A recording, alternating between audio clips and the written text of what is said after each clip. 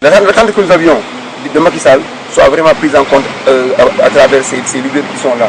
Parce que certainement, il y a des choses qu'ils n'osent pas dire, parce que à cause de la casquette politique qu'ils ont, ou bien parce qu'il y a des choses qu'ils n'osent pas dire pour des raisons ou d'autres raisons. Mais ce que nous voulons dire, c'est que au président de la République, Casa Huito est désormais avec vous accompagnera, mais Casa Huito voudrait que vous étiez encore un regard pour la Casamance, sachant que la Casamance souffre de beaucoup de maux.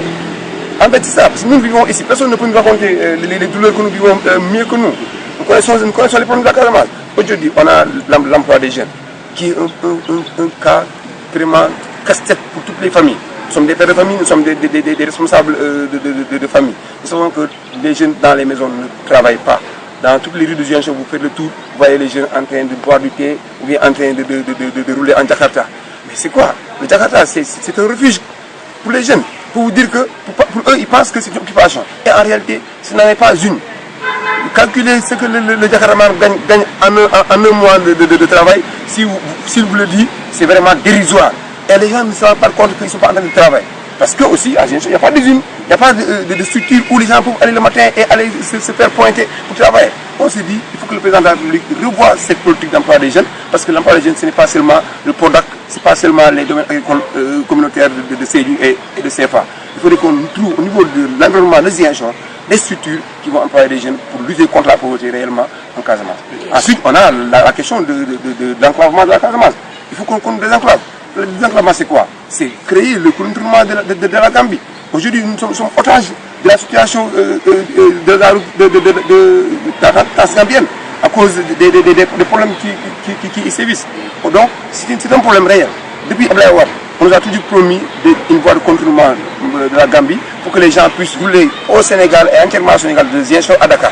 Malheureusement, c'est des promesses qui tardent à être réalisées. Aujourd'hui, nous pensons que c'est une exigence de la population casamançaise parce que c'est seulement cela qui peut les libérer. Celui qui n'a pas la liberté de mouvement n'est pas encore libre.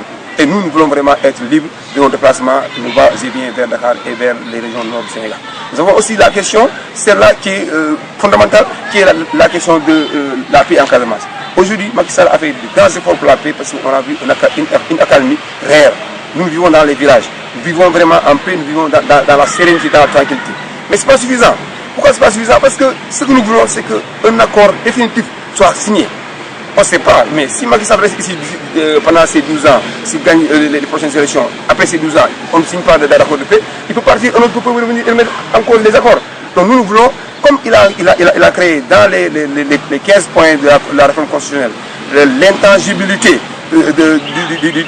du mandat présidentiel et les 5 ans, nous voulons aussi que cet accord-là avec le mouvement MFDC soit vraiment un accord intangible. On signe de manière définitive, personne ne puisse nous remettre en cause vraiment ce problème-là parce que ça nous tient beaucoup à cœur. Et il y a aussi l'élément, le dernier élément, c'est par rapport à la situation de la Casamance. 4 ans du magistère de Macky Sall, la Casamance n'a pas encore un ministre avec portefeuille. Nous réclamons un ministre avec portefeuille, un ministre avec un département ministériel en bonne et due forme, comme tous les autres départements ministériels. Ce n'est pas normal, parce que ça, c'est élémentaire. On vous dit, il y a un taureau qui est là-bas, on paye tonton. Vous n'êtes pas présent là où on le fait, ça veut dire que vous ne prenez que les derniers morceaux. Ceux qui sont présents prennent les bons morceaux. Donc on doit pouvoir aujourd'hui participer à la décision gouvernementale.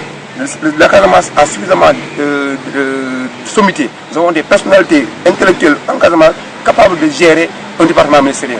Donc pourquoi pas la Casamance puisse avoir un ministre? C'est pas normal. Donc pensons que cela aussi, nous fusionnons un peu le comportement des gens que Macky avait nommés, qui devaient être ceux-là qui devaient lui donner des conseils. Parce que aussi, quand on est dans une localité, vous représentez le pouvoir en place, parfois vous devez pouvoir faire des suggestions. Ces suggestions-là vont dans le sens de la libération de l'inquiétude